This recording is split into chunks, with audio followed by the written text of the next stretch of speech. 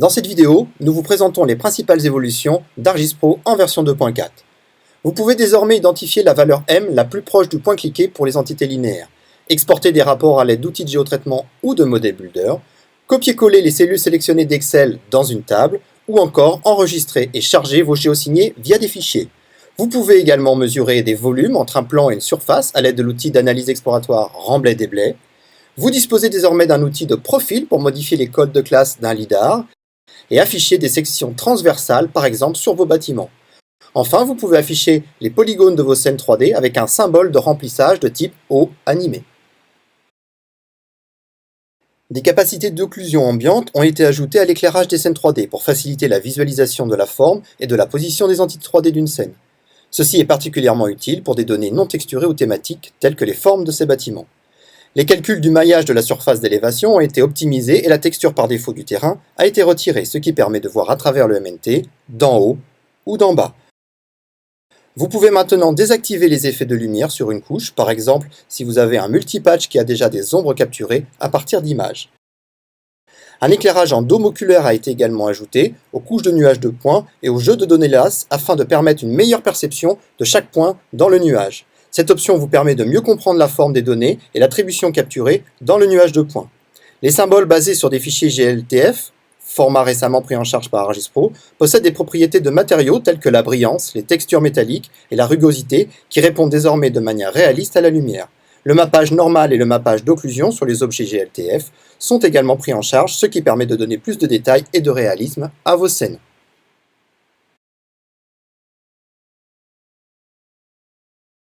Avec l'agrégation dynamique d'entités, vous pouvez agréger à la volée des entités ponctuelles dans des groupes de formes régulières en appliquant des calculs statistiques. Cela vous permet d'explorer et de visualiser de grands ensembles de données afin d'observer des phénomènes au niveau macro, mais aussi local. En effectuant un zoom avant, vous découvrez des agrégations de plus en plus fines, et une fois que vous effectuez un zoom au-delà d'une échelle seuil, vous verrez les entités individuelles. Vous pouvez même spécifier une requête de définition et la rendre sensible à la variable temps. Pour commencer à utiliser l'agrégation, exécutez l'outil de géotraitement, activez l'agrégation d'entités. Les effets de symboles ont été améliorés, par exemple avec l'effet de décalage qui sert ici à réaliser une représentation des contours de zones hydrographiques, avec plusieurs contours qui ont des décalages différents. L'affichage est plus rapide et de meilleure qualité. Les styles d'arbres ont été améliorés pour s'afficher plus rapidement et à des niveaux de détail plus fins. Des espèces d'arbres ont été également ajoutées. La symbologie par dictionnaire personnalisé est désormais prise en charge. Je peux ajouter un dictionnaire personnalisé, comme je l'ai déjà fait ici, et modifier les propriétés personnalisées de sa représentation, par exemple dessiner le drapeau au lieu de l'abréviation. Nous avons maintenant la possibilité d'ajouter un fond au texte pour le mettre en surbrillance. Sur cette carte aéroportuaire, nous pouvons voir les arrière-plans utilisés pour les panneaux signalétiques. Ceci est fait en utilisant la nouvelle balise BGD. Cette expression arcade, qui définit les libellés, utilise une quantité importante de logique et de formatage. L'expression complète se trouve dans la rubrique « Signalisation d'aéroport » et peut être copiée-collée directement dans ArcGIS Pro. Toutes les boîtes de dialogue sont maintenant redimensionnables. Dans la boîte de dialogue « Propriétés d'étiquetage », les classes d'étiquettes non étiquetées s'affichent maintenant en gris et les éléments peuvent être glissés et déposés à des emplacements différents. Lors de la conversion d'étiquettes en annotation, vous pouvez maintenant convertir certaines couches ou la totalité de la carte. Et lorsque vous convertissez des étiquettes pour plusieurs couches, vous pouvez maintenant fusionner les annotations en une seule classe d'entité et fusionner des classes d'étiquettes qui ont le même nom et les mêmes propriétés. Nous avons introduit de nouvelles méthodes de visualisation et d'exploration de vos données temporelles. Avec le nouveau diagramme d'intensité calendaire, vous pouvez résumer vos données d'incidents dans une grille calendaire.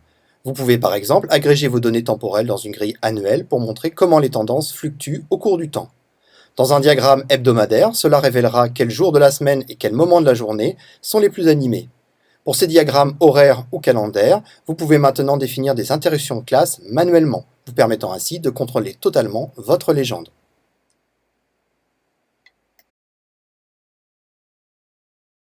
Dans les mises en page, les séries de cartes peuvent être rattachées désormais à des couches d'entités d'indexation. Les grilles peuvent être découpées et incluent désormais un nouveau composant, les carroyages intérieurs. Les cartes et les tables de vos mises en page peuvent être mises à jour, ce qui vous permet de modifier les données affichées sans perdre votre formatage. Enfin, très pratique et productif, vous pouvez également copier des mises en page entre plusieurs instances d'ArcGIS Pro. Les développeurs Python ont maintenant un accès bas niveau au CIM, le modèle d'information cartographique d'Esri. Par conséquent, vous avez accès à beaucoup plus de propriétés et de paramètres de symbolisation des couches. Le CIM est une spécification de contenu de carte utilisée pour conserver et transférer les descriptions cartographiques des jeux de données SIG dans les différentes apps desktop, web et mobile ArcGIS. Stocké au format JSON, le modèle SIM est identique à la structure exposée dans l'API Python. Cet exemple illustre l'accès aux propriétés de symbologie non exposées jusqu'à cette version dans le module arcpy.mp. Parlons maintenant des évolutions d'ArcGIS Pro 2.4 en termes d'analyse. Une nouveauté importante, l'introduction des outils GeoAnalytics dans ArcGIS Pro 2.4. Ces outils permettent d'agréger et de résumer des données, d'analyser des tendances et d'effectuer des analyses statistiques sur des gros volumes de données. Comme le composant serveur du même nom, il utilise le framework Apache Spark pour paralléliser les traitements en utilisant tous les cœurs de processeur et la mémoire de votre poste bureautique pour une analyse plus rapide. Nous allons ici regrouper 5 millions de points en 100 polygones par voisinage, en utilisant un pas de temps d'une journée. Le traitement se termine en moins de 20 secondes, tandis qu'une jointure spatiale classique peut prendre plusieurs minutes. Et puisque l'analyse inclut la dimension temporelle, nous pouvons utiliser le curseur temporel d'ArcGIS Pro pour faire défiler les résultats jour par jour.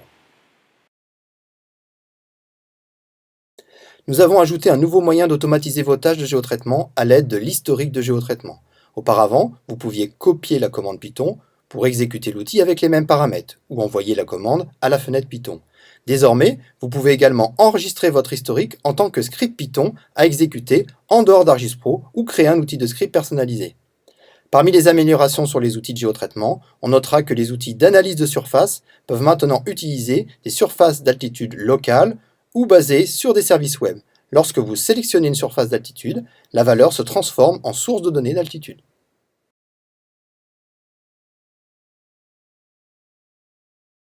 Il est désormais plus facile que jamais de créer un modèle de géotraitement complet à partir des outils que vous avez précédemment exécutés. Vous pouvez faire glisser des outils depuis l'historique de géotraitement dans un modèle existant. Les jeux de données d'entrée et de sortie de vos outils sont analysés pour déterminer les connexions et générer un modèle optimisé qui représente la séquence d'outils que vous avez exécutée. Deux nouvelles commandes permettent d'exporter votre modèle de géotraitement en code Python.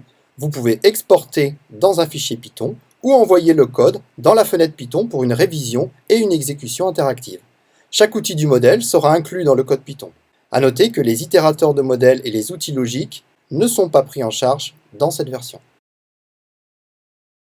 Par défaut, l'outil de profil de 3D Analyst affiche des lignes entières dans le graphique, quelle que soit l'étendue actuelle de la carte. Maintenant, vous pouvez cliquer sur le bouton Étendue du graphique de profil pour représenter uniquement les portions de lignes qui apparaissent dans l'étendue actuelle de la carte. Une autre amélioration dans cette version 2.4 concerne l'outil de classification des bâtiments depuis un fichier LAS. Il permet désormais d'obtenir des résultats de meilleure qualité tout en étant plus rapide et moins sensible aux variations de densité de points. De nouveaux outils ont été ajoutés pour analyser les réseaux de transport. Les autorités de transport partagent des informations sur les itinéraires et les arrêts de bus dans un format nommé GTFS. Vous pouvez télécharger ce type de données et utiliser des outils de géotraitement tels que l'outil GTFS vers source de transit réseau pour créer un jeu de données réseau prenant en charge un évaluateur de transit. Par exemple, cet isochrone affiche la zone accessible en 30 minutes à 7h15. Maintenant, si nous modifions l'heure à 8h15, une nouvelle isochrone est disponible et on voit qu'elle est beaucoup plus large. Un nouvel outil, Construire des zones équilibrées, permet de partitionner les données dans des zones uniformes en respectant les critères définis par l'utilisateur. Vous pouvez également définir des contraintes secondaires pour définir ces zones, telles que la préservation dans chaque zone de ratios globaux pour une variable catégorielle. L'outil Relations bivariées locales explore les relations spatiales entre deux variables et met en correspondance des zones liées sur le plan statistique et visualise les relations. La classification et la régression basées sur les forêts permettent maintenant d'évaluer l'incertitude de prévision et d'afficher la distribution de l'importance des variables. Les collections de données statistiques prêtent désormais en charge les calculs personnalisés et vous pouvez partager vos données personnalisées sur le portail de votre organisation. Une nouvelle recherche interactive d'entreprise et d'installation vous permet de localiser rapidement vos concurrents. Dans la conception de territoires, vous pouvez créer des territoires en fonction de la distance au réseau routier et utiliser des barrières pour exclure des zones. Enfin, la boîte à outils Business Analyst contient désormais de nouveaux outils tels que le modèle de Huff et les zones de chalandise. Tous les outils euclidiens du jeu d'outils Distance prennent désormais en charge les obstacles. Ici, la distance euclidienne entre les sites de nourriture et le nid d'un faucon de mer est calculée en utilisant le trait de côte comme barrière. Vous pouvez ensuite utiliser l'outil COSPAS as Polyline pour obtenir un chemin lissé. Lorsque vous utilisez l'outil Extraire les emplacements, vous pouvez créer des modèles pour utiliser rapidement différents paramètres et différentes méthodes d'extraction de coordonnées et de texte pour différents ensembles de documents ou de textes. Vous pouvez également créer et éditer des attributs personnalisés. Cela vous permet de cibler et d'extraire des éléments critiques de texte à partir de documents. Les données sont enregistrées dans la table attributaire en sortie. Vous pouvez également configurer des emplacements personnalisés pour faire correspondre les mots-clés à certaines coordonnées géographiques. Dans cet exemple, nous nous assurons que le marché de Lexington est associé aux coordonnées correctes dans notre sortie.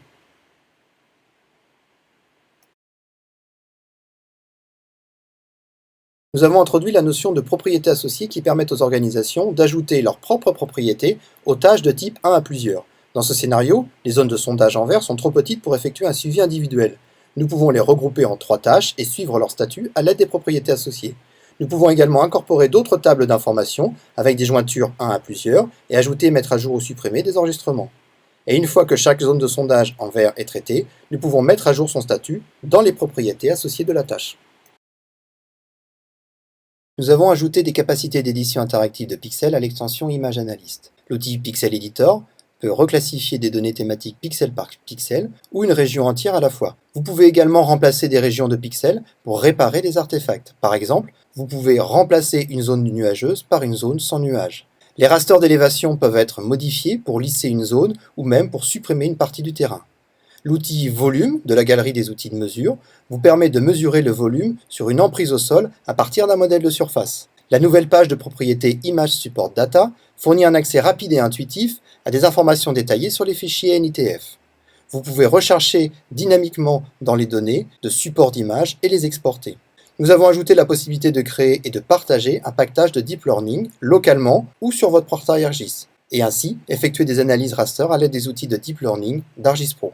Nous avons ajouté également des fonctions raster prenant en charge de nombreux workflows, comme par exemple la création de couches de distance d'écoulement et de nouveaux outils d'analyse multidimensionnelle permettant de calculer des statistiques et de détecter des anomalies.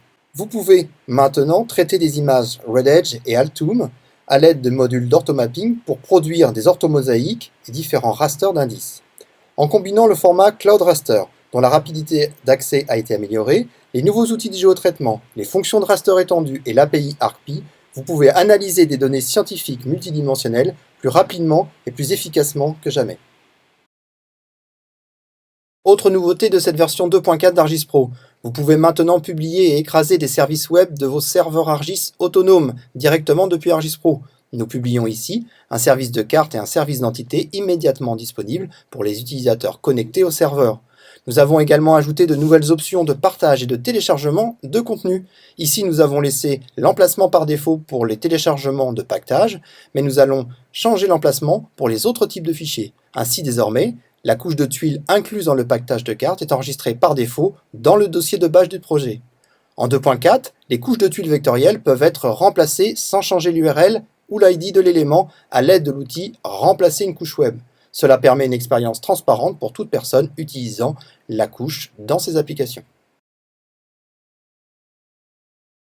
Sans l'option Télécharger la carte, vous pouvez désormais télécharger des couches de tuiles vectorielles, y compris des fonds de carte. Une copie locale de chaque couche est créée dans votre projet et correspond à l'étendue de la vue cartographique actuelle. Elle restera accessible lorsque vous travaillerez hors connexion. Vous aurez maintenant la possibilité de convertir le produit vectoriel S57 pour stocker les données de cartographie marine au nouveau format vectoriel S11. Vous pouvez également modifier et entrer des classes d'entités ponctuelles ou multipoints à l'aide de l'outil Réduire la densité de points et lisser ainsi des MNT ou des jeux de données TIN à l'aide de l'outil Lisser un TIN bathymétrique. Le SDK d'ArcGIS Pro inclut désormais une API améliorée pour les couches de scène. Vous pouvez maintenant accéder à chacun des types de couches d'une scène 3D, modifier par exemple les filtres, les requêtes, les sélections et les symboles. Cette version 2.4 inclut également une nouvelle API StreamLayer et des améliorations notables des API de création de cartes, de géométrie et de contenu. Des améliorations ont également été apportées au modèle de cartographie CIM et on notera la prise en charge de Visual Studio 2019. Grâce à l'API temps réel, vous pouvez désormais effectuer des analyses avec des données temps réel. Vous pouvez par exemple trouver des cafés dans un rayon de 100 mètres, effectuer une analyse de visibilité pendant la progression d'un véhicule ou encore envoyer des alertes lorsque les véhicules entrent dans une zone réglementée. Le SDK d'ArcGIS Pro 2.4 vous permet d'intégrer véritablement l'analyse en temps réel au reste de l'écosystème de l'application.